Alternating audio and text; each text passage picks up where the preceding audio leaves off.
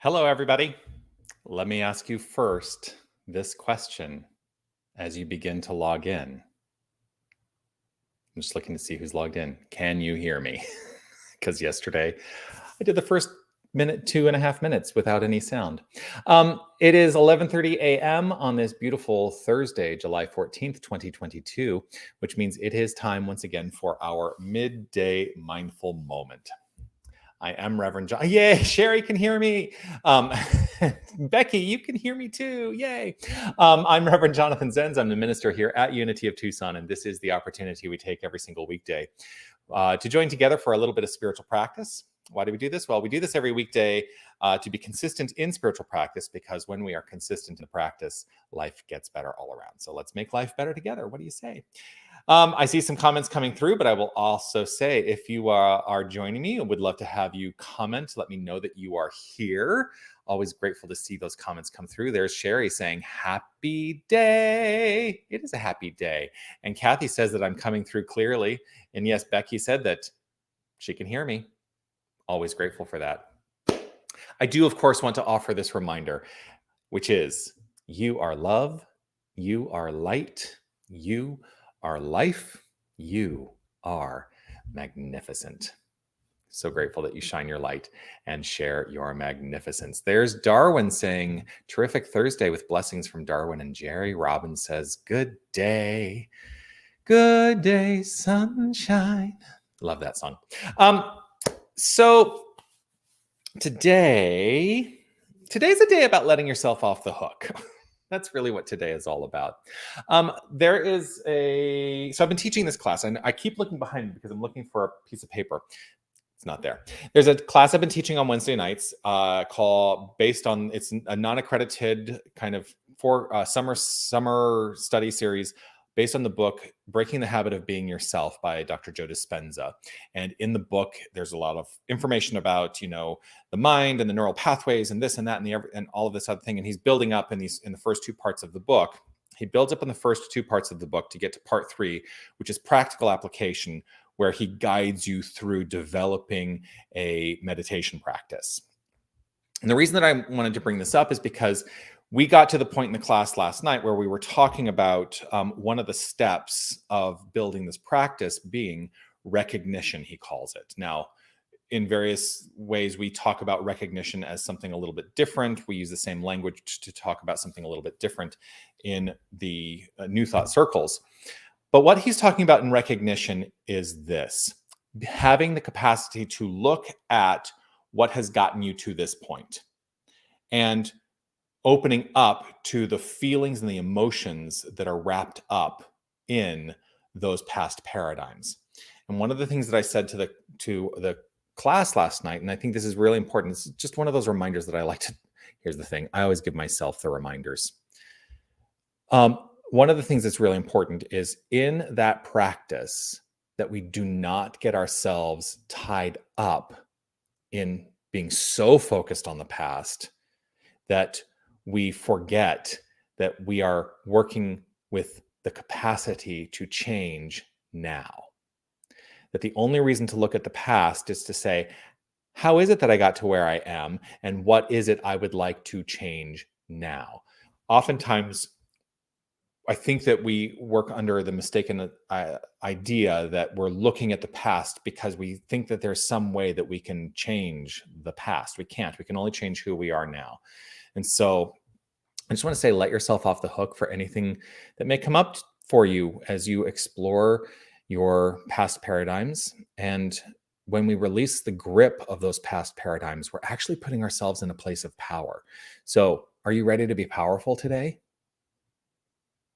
To be powerful, we must let go of the grip of the past. It's a consistent message I'm always offering.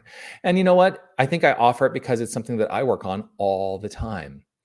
I'm working on letting go of those things. Every time something shows up and I recognize, that's why he calls it recognition, and I recognize that it is still having some effect in my life, I have to allow myself the freedom and the flexibility and the gentleness to recognize that whatever was doesn't have to be what is.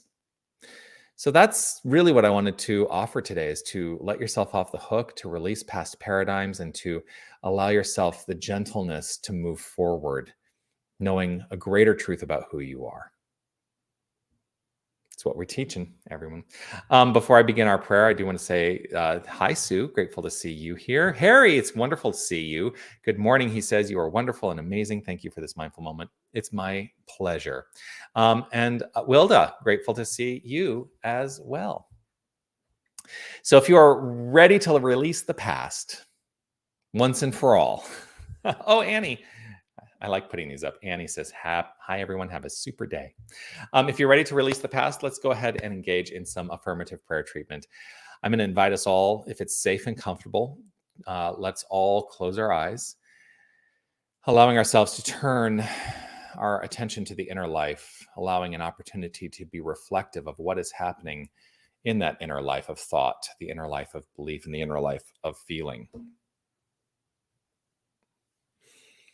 And in that reflection, opening up to the notion that as I address what is in that inner life and make determinations, allow myself to make decisions around what is and is not acceptable, and letting go of what is not acceptable and adopting what is acceptable, that I am creating the construct for a more magnificent experience in the outer life.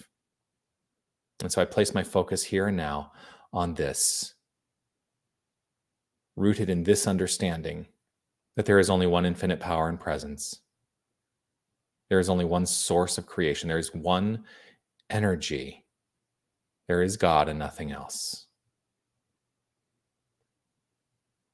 The infinite, magnificent, expansive, joyful unfoldment of all creation is the activity of the ineffable.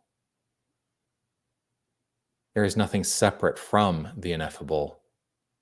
There is God and nothing else. God, not something, not a being, but the beingness of all that is. The root cause of all effect.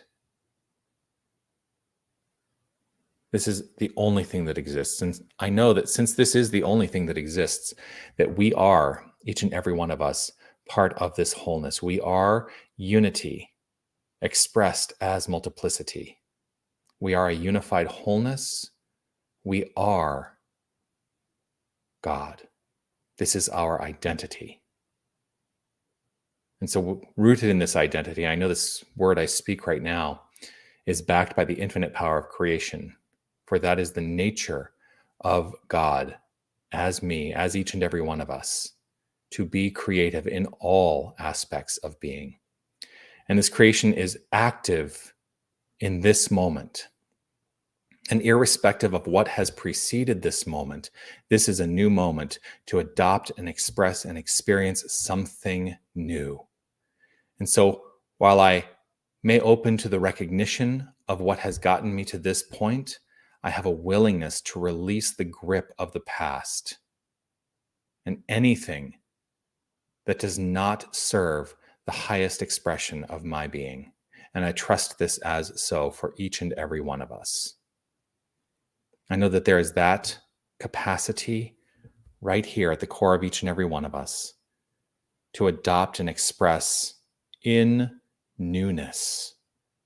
For the nature of the divine is to consistently evolve itself in new, expansive ways. And so I welcome the flow. I welcome the joy at the core of this understanding. And I trust that everything that flows forth from this point is rooted in this. And everything that is rooted in this point is joyful. With gratitude overflowing from within, I simply allow it to be. I relax, I trust, I know, and affirm it as so. Beyond a shadow of a doubt, I let it be.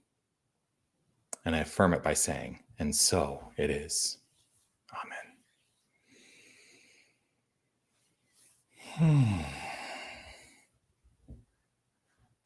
And so it is.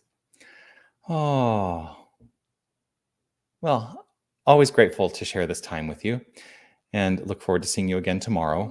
Oh, somebody's trying to call me from a number I don't recognize. I look forward to seeing you again tomorrow for the Midday Mindful Moment. I'll be back at 11:30 a.m. on right here, 11:30 Arizona time, right here on YouTube and or Facebook. Ariel, grateful to see you. I trust your travels have gone well. Yes. So yes, I'll see you again tomorrow. Sorry, I got distracted by the phone call and everything. What am I trying to say?